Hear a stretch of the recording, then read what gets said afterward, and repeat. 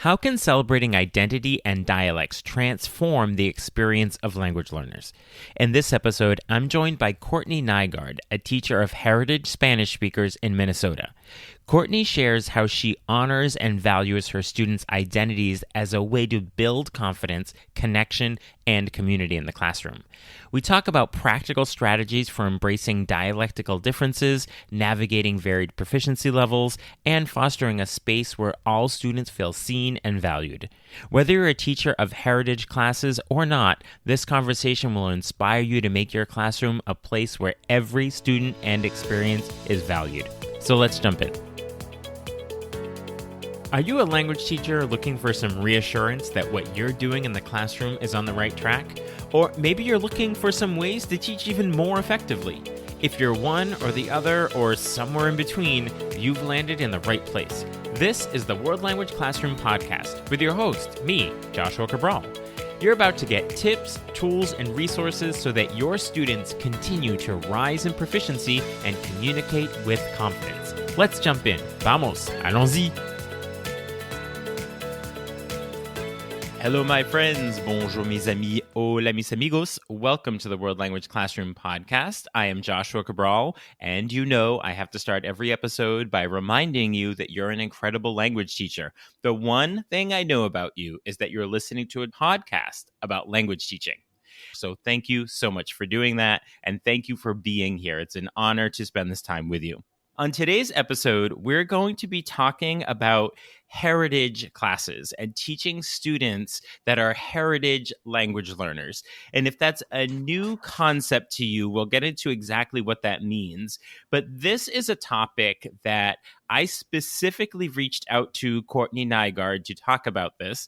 And she is a Spanish teacher teaching students who are heritage learners. And she is just outside of St. Paul, Minnesota. And she's been at this for about 10 years. And in more recent years, she has been expanding her realm of teaching and working with a lot of districts and working with their heritage teachers and their heritage language learners as well. And she's doing some conference work with that. So I'm just really proud that she is out in the world and bringing these topics to teachers. So Courtney Nygaard, we were together 100 episodes ago or so on episode 96, and you're back. And thank you so much for being here. Thanks so much for having me. It's my favorite thing to talk about, heritage Spanish, and how we can support teachers with resources and activities and ideas for lessons. So super excited to chat with you today. So as I mentioned, this might be a concept that not all of our listeners are aware of, but when we say a heritage speaker, and particularly a heritage class of students, can you just let us know what that is? Yeah, for sure. I think that sometimes the term heritage speaker and native speaker get kind of intermixed. There is a difference though, and the reason is that heritage Spanish speakers, they are learning the language from their family members, and they're predominantly surrounded by English in all other areas of their life. So if they're at school or at their, at the store, they're hearing English, right? And so a native speaker is someone who's actually done all of their schooling in that language, and the society that they're living in is speaking that language. And so there's a very different skill set when we talk about the language skills of someone who's done their schooling in Spanish versus someone who's done their schooling in mostly English, but hearing Spanish at home from their family. And so I think that sometimes our heritage speakers are labeled as native speakers, and we're not trying to take anything away from them by saying that they're not a native speaker. But what we are trying to do is accurately assess what they're coming into the classroom with. I have a student this year who is a sixth grader of mine, and she is a heritage speaker. And the number of times where I will hear her call her mother on her cell phone after a soccer game to come and pick her up. And I can hear her mother speaking Spanish and she's speaking English back to her, right? So that's sort of the situation that you're talking about there, where it's not the native speaker, because the native speaker would most likely be having that entire conversation in the language, but being surrounded by English, the student is having that experience. So am I sort of labeling that correctly? Yeah, for sure. And I think it's important to remember that it's a spectrum, right? And so it's so many levels within that someone could be labeled a heritage speaker or a native speaker. And you're even going to have receptive bilinguals what you're describing there, someone who's responding in English, their level of comfortability in Spanish is, not quite even there to want to produce it very often, but they're understanding everything that their mom is saying to them, right? So it's a really interesting experience as a Spanish teacher, as like what do you do when you have students that are understanding so much more in your class compared to the rest of the class, if you have them mixed into a lower level class. Mm-hmm. When districts have a large number of heritage speakers, that warrants having an entire class. So they're not integrated into these sort of Spanish 2 classes and these Spanish 3 classes. So it is a heritage class of heritage speakers. And now that's what your experience is. So can you tell us what that sort of classroom situation is like when you're teaching a group of heritage speakers? First of all, I have to step on a soapbox for just a quick second. And this analogy has been said, I'm not the first person to say it, but the idea that a student who speaks the language at much greater ability is placed in a lower level Spanish class, that wouldn't happen with English language arts, right? So imagine like we have our classes placed for the year, and then you get like an influx of new students from another state, and they're placed in the English language learner class because there's no sections of language arts available. I feel like there would be an outrage. People would not be okay with that. They'd say, why are they being placed in English language learners? They speak English, right? And so in the same way, our Spanish speakers, they need academic language developed, and so they need a language arts class. They don't need a language acquisition class as much as they need a language arts class. Mm-hmm. And that's what heritage class comes in, right? Mm-hmm. So if your district has enough students that you could open up an entire section, even if it's just one class, that we broke down 9th through 12th graders and put them all into one section, right? Does your school have enough students to place enough high school students, for example, into one section? That could even be like 14 students, 15, 20 students. Then you need to have a separate class for them. And we can get into more of why. Why do we need to break down the level for them? I mean, I think most teachers can agree that it would be so much easier to teach when you're not teaching two entirely different levels of students in the same classroom. Yeah. So I'm going to make sure that I put the link to our previous episode in the show notes, because we got into that a lot about having these students all together that have different levels. Some are speaking better than others. I remember you used the term new to country. You know, those are those students that are coming in that actually have a high academic ability and skill. And then how do you navigate all that? So that was a fascinating conversation, which I'd love to have again. But we actually had most of that conversation on the other episode. Exactly. Yeah. So I will make sure that anyone listening, if you really want to get into that, then you should listen to episode 96. But what I would like to look at is within these classes, looking at the identity and the dialects that come up, because to think of heritage classes we're speaking specifically of Spanish, and there are numerous Spanish-speaking countries, and within any Spanish-speaking country, there are numerous communities and cultures and dialects and all of that. So to even say that, it's a heritage class, so they're all doing the same Spanish is not the reality, right? So you're also looking at the individual identities, the cultural identities, and the dialects. So can you talk to us about the importance of celebrating identity and dialects in a heritage class specifically? Yeah, I think that obviously the point of the class is to expand their language abilities, but really almost equally as important, when we get to have a class of just heritage Spanish speaking students together, we are really able to unpack those identity concepts, and then just celebrating the culture and really helping them honestly get to know the greater Latin American community and dialects, because really a heritage Spanish speaker comes into your class knowing very well their culture, right?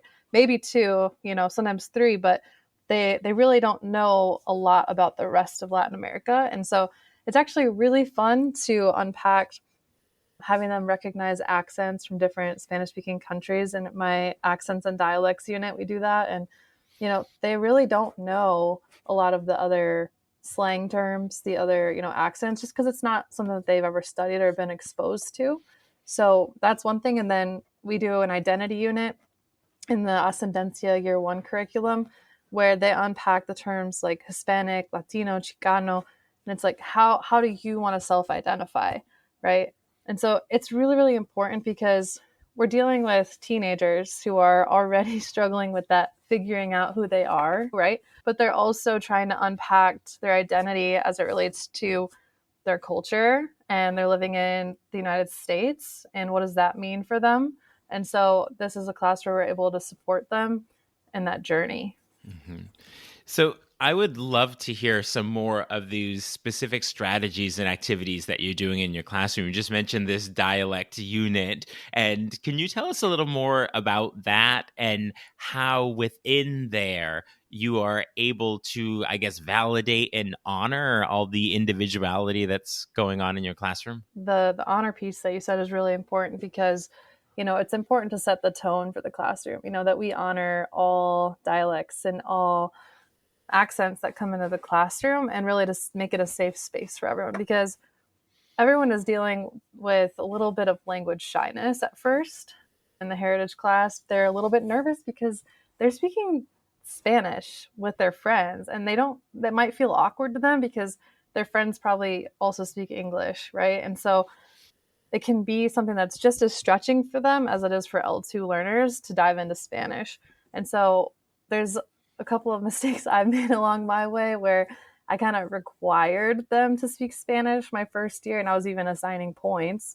And I chalk up as a mistake. Now, I think best practice is to model it yourself, speak Spanish yourself, and then let them follow suit and just continue to speak Spanish to them, right? But not assign points or too much high stakes to the speaking of Spanish, really just allowing them to kind of express themselves how they feel most comfortable. And honestly, that a lot of times looks like Spanglish.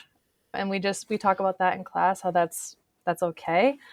In certain contexts, it's totally okay. And we even write poems in our identity unit that is actually, the requirement is to write it in Spanglish, and really just kind of celebrating that bilingual piece, because right, they actually have two languages they can pull from. And so looking at it more from an asset perspective and just really building them up in that way.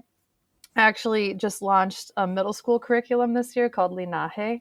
So Linaje Year 1 has a unit called the bilingual superhero, and that's the whole concept of it, is students create a bilingual superhero and the villain. So the villain that they create is the things that get in the way of their bilingualism, right? That block them from their confidence, from being willing to explore that. And the bilingual superhero, is them kind of achieving that bilingualism and living their best life with their Spanish skills. Mm-hmm. As it relates to the accents and dialects unit, one of the activities we do that's super fun is we started out by putting a paper on a grouping of desks. So like several desks in the room, and there's one paper. And on the paper, I might have the word friend, right? And so then we're doing a station style activity where several students are at each station that has the paper of a word. And then their job is to write synonyms in Spanish for that word on the paper. And I tell them, keep it school appropriate.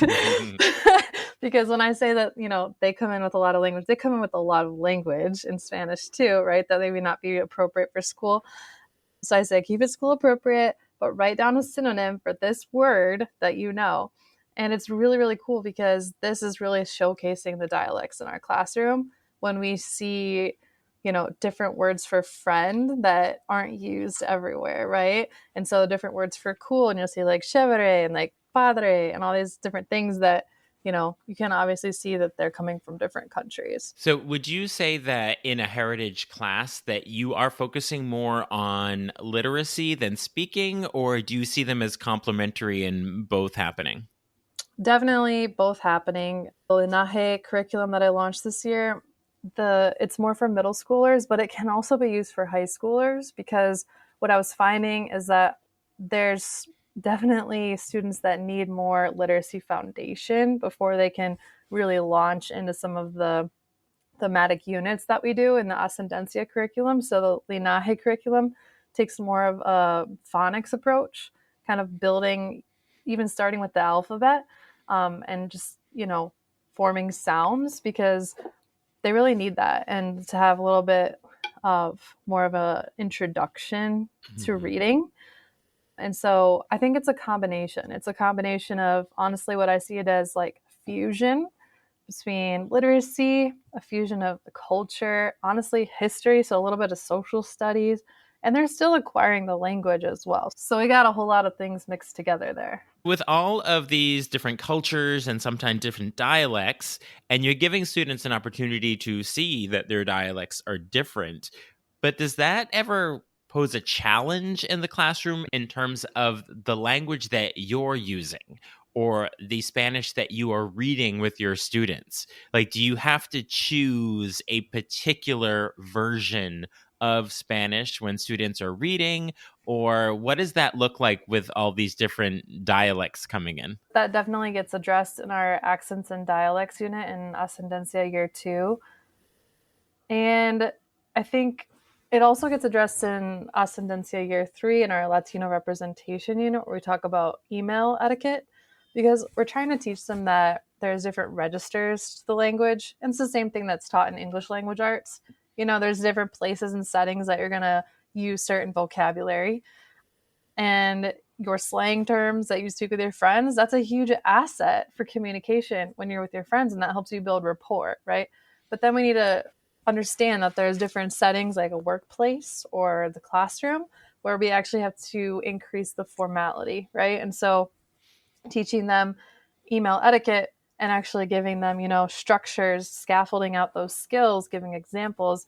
Students haven't been taught these things, right? And so I think so many times we assume, oh, you're a heritage Spanish speaker, or like you look Latino, you must speak Spanish. When it's like, they have not been shown these academic skills in that language. Now there's language transfer that can happen. And so perhaps they can acquire those skills even faster because of what they've learned in their language arts English class, and so that's beautiful. And the same thing goes the other way. When we learn skills in heritage Spanish, we're able to transfer those skills to the language arts class. So when you talk about language transfer, this is bringing up in my mind this idea of translanguaging. And this is a new term that has been coming up with a lot of language teachers and in language research. And this idea that students are using their L1 to access the L2 in different ways. That's a very rudimentary way of saying it.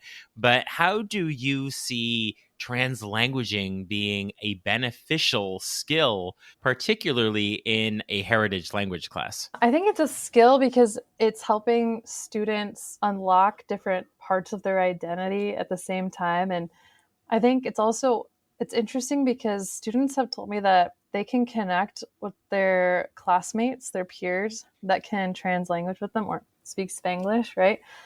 They connect with them on a deeper level than they can with students that only speak one of the languages that they speak. It's like you've unlocked this like third identity piece that they only get to experience with those people that can do that with them. In our lesson on Mi Nombre, we do a writer's workshop where they watch spoken word videos of slam poetry. They do it in Spanglish, right? And so it's pretty cool to see that. So can you share with us a success story, maybe an example where you are celebrating the identity and dialects in your classes, and this really had a positive impact on your students? Absolutely. One that comes to mind, speaking of translanguaging, we submitted poems to a contest, and one of my students actually won, and she won money. So it was pretty cool. She was really proud. But her poem is called En mi pieltica, and it was the whole point of the contest was to do it in Spanglish. And so that was pretty cool to see that happen. And then I would say some other really cool moments with these identity units is seeing one of my students who's Puerto Rican realize for the first time as a high schooler that she's Afro-Latina and that she can use that term to describe herself, and her just being super excited about it and just being so proud to use that term. That was really cool to me. Giving students the space to feel so proud of their culture and celebrate that in class is honestly the best feeling. So one time we do this unit on Cultura por todo el mundo hispanohablante, where we learn about all the Spanish-speaking countries. And in that time, I invite students who are interested in sharing about their country of origin with class to prepare a presentation. And I had a student from El Salvador who he went all out. I mean, he came in, he made pupusas for the whole class. He brought them all in. He brought in the shoes that his brother immigrated in. And he just came in with like so much passion. He prepared an amazing presentation. And those are the things that we want to do in this class, is kind of build students up with their confidence. You must learn so much about all these countries once they unpack their identities and you create that space for them to do that. The confidence piece is so important as we talk about this, because I think that if you can do one thing with your Heritage Spanish class, and that is giving them the confidence to speak Spanish and to pursue that. They might be coming into your class being told from when they went back to Mexico or somewhere, saying, oh, you don't speak that great of Spanish. Like, you sound like a gringo, right? But when they can come back feeling confident that they are where they're at in their own growth mindset. I get texts where students reach out that are in college, that are studying abroad, and they're like, oh my gosh, like, thank you so much. Your class was the first time I actually felt confident in my Spanish skills. And now I'm studying it and it's so useful over here. You know, that kind of thing is important. So one lesson I have that's really powerful for a growth mindset is mi mapa de input lingüístico. And so what it does is it identifies for students where all their language is coming from. So we break down all their Spanish and all their English based on family, friends, TV, all the different inputs that they could be having, school, music, you know, and then they start to paint a picture of like, oh, okay, so my English is stronger than my Spanish because I can clearly see I'm getting so much more input in English in my life. And so when they're comparing themselves to the native speaker in class with them, someone who just came to the US and speaks amazing Spanish, it's like, you guys, you don't need to compare yourselves. You have your own journey, right? And you're on your own path. And so the whole point is kind of like golf, right? We're improving our own score. We're getting better. It's an individual thing. We're not competing against each other. We're just improving ourselves, and we are where we are because of the input that's been put into our life. So I would imagine that there are some teachers of heritage students, maybe entire classes listening, but I would imagine the majority of teachers listening are not teaching classes of heritage students. So for those teachers who don't have these types of classes, how can they create these supportive environments and really focusing on identity and dialect in their own classes? Because this all sounds so exciting, but teachers listening will be thinking, but I don't have all these students. So what could you say we could maybe try in our classes that you've learned from doing this with your students? I think, first of all, as it relates to the identity piece, if you just have one or two Spanish-speaking students in your class, I honestly, at the beginning of the year, would pull them aside and kind of like have that conversation with them privately about, you know, what they want their role to be in the class. Because I see a lot of times those students are put as like almost like a mini teacher's assistant, right? Because they have more skills, right? But is it really fair for that student to be doing that, right? So that's one thing. And the other thing is, you know, asking that student what they want their role to be as it relates to learning Spanish with other students, because they're not a tutor, right, for other students necessarily. They're there to learn and grow their own skills. And then when it comes time to talk about the Spanish-speaking world, and this student is from El Salvador, are we going to call on them and make them speak for all of El Salvador? Maybe they've never even been. Their family's from there. It's a lot of pressure to put on a student. And so I think it's really important to kind of pull them aside privately, get to know them, like what are their goals with learning Spanish? You know, sometimes you have a student who's really apathetic and is at a stage in their life where they don't quite value it yet. But if it's someone who's really, really determined and they want to, and there's no other advanced class to put them in, Then there comes the enrichment opportunities, right? And especially also align with the parents too. Like, what are the parents' goals for this child? How important is it to them that they're growing their academic skills? So, enrichment, I think it's going to be based on that student's level. Obviously, an easy path to go is to get like an easy reader from like Fluency Matters. I love their little readers to start out with for students, giving them something to keep them accountable for that work. So it could be like a literary analysis packet, something that can be used for any novel, not just one specific novel, or have them do like a one-pager project where they can demonstrate that they did read. So giving them that is one step. And obviously it's not our first choice, right? First choice is get your district to do a separate course. advocate. And actually, I have a blog post coming out really soon here called Starting a Heritage Program in Your School.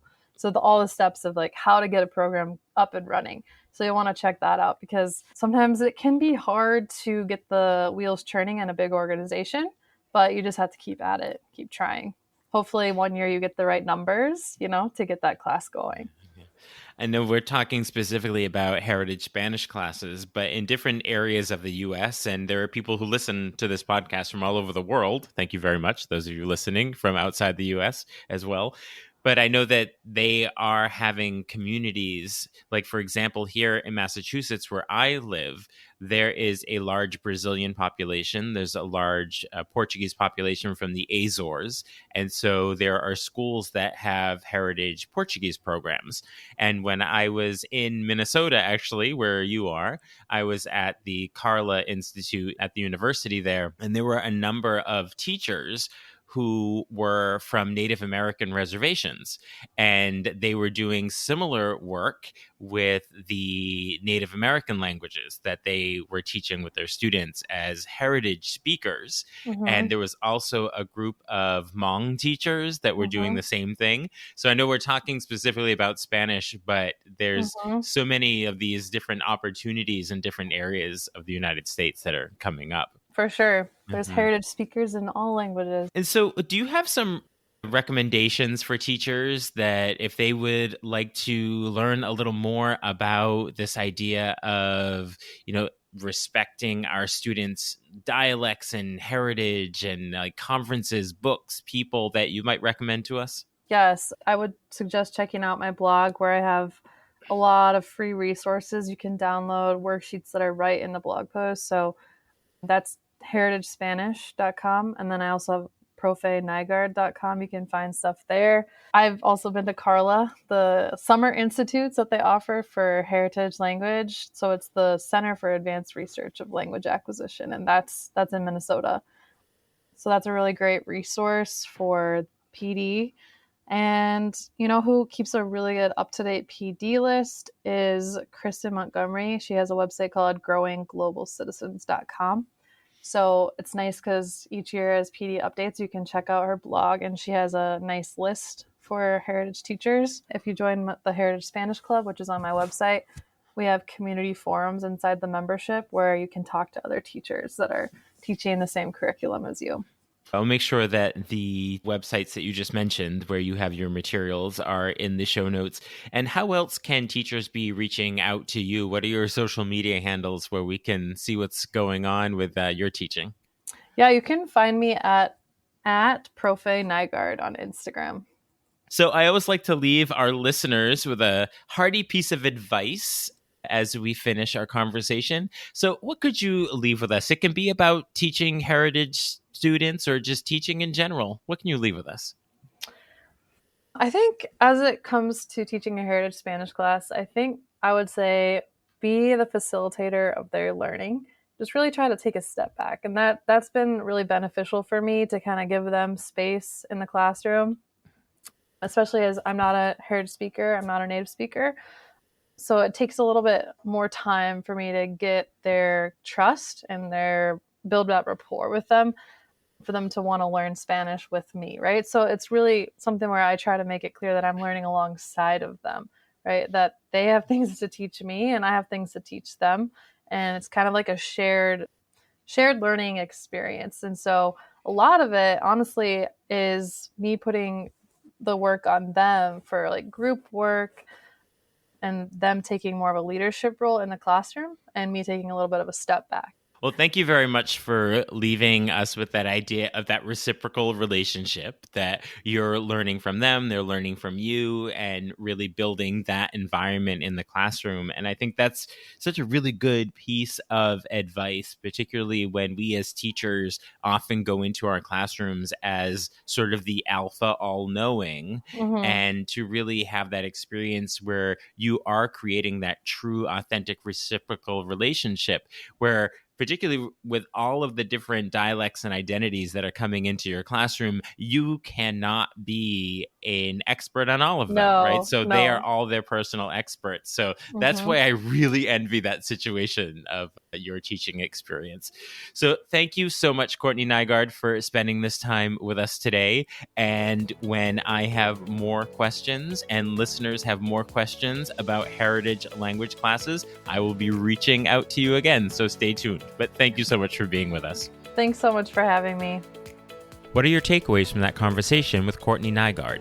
I hope you're feeling inspired to learn a little more about your students. I know that I certainly am. Be sure to check out the show notes to connect with Courtney Nygaard. You'll also see the link to sign up for Talking Points, my weekly email newsletter with tips and resources for language teaching. There are also links to get in touch with me if you'd like to work together. We can do that either in person in your school or remotely. I will talk to you soon. Bye for now. Thank you for listening to the World Language Classroom podcast. Be sure to follow or subscribe wherever you're listening so that you never miss an episode. Let's keep the conversation going on social media. Connect with me on X, aka Twitter, Facebook, and Instagram at WL Classroom. And for even more valuable resources, visit my website, WLClassroom.com, where you'll find over 300 blog posts about language teaching. So stay inspired, keep growing, and continue making a difference in your language classroom.